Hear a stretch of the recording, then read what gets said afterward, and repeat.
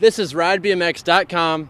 I'm Ben Snowden, and you're gonna learn how to do a 540. Before we get started, I wanna go over a few basic things.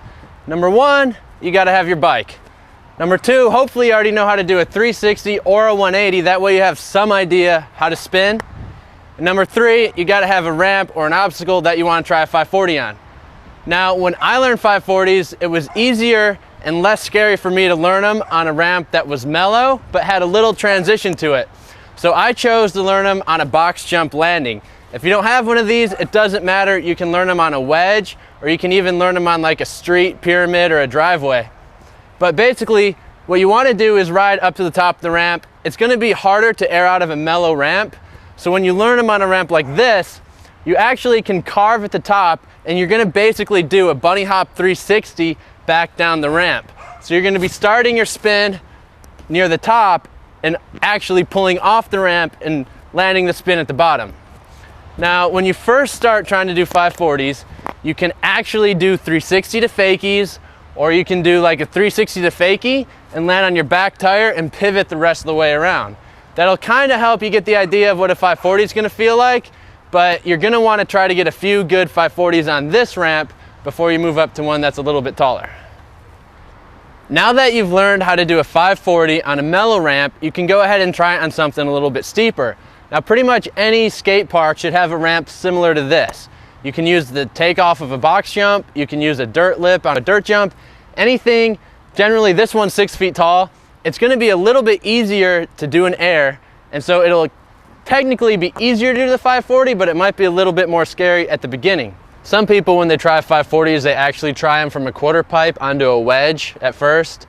That kind of gives them a little bit of sense of when they're gonna land, you know, they're not gonna really have any impact, or, you know, it might be a little more forgiving at first to land on a wedge, and that may help you build confidence to try it on the real ramp.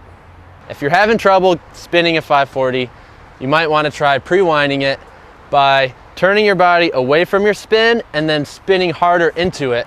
That'll help you spin more, or it'll kind of help get the bike around and your body around a little bit faster than just a regular spin.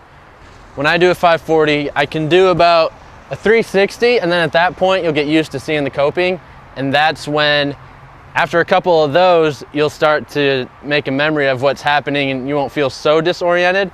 And then when you come the rest of the way around, you are going to start to spot your landing, and you're going to see, like, you'll see the coping, and then you'll see your front wheel come around, and most of the time you'll land on your back wheel first, and then you can get the rest of the rotation.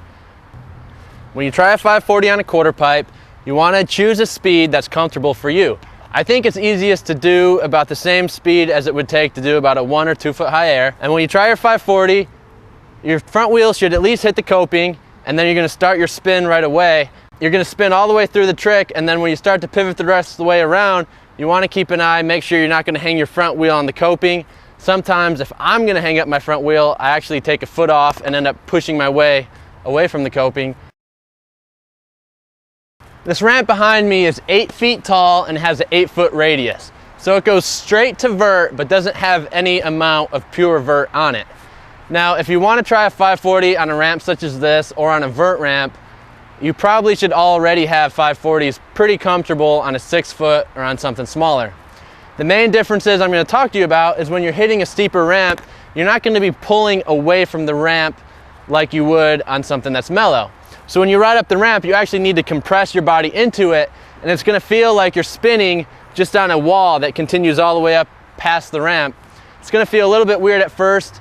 It's really nothing to be scared about. You can kind of start at the coping and spin a couple 540s, and if you land low, go ahead and try going a little bit faster, because the faster you hit the vert, the more likely you are to stick to the vert and come down catching more of the transition.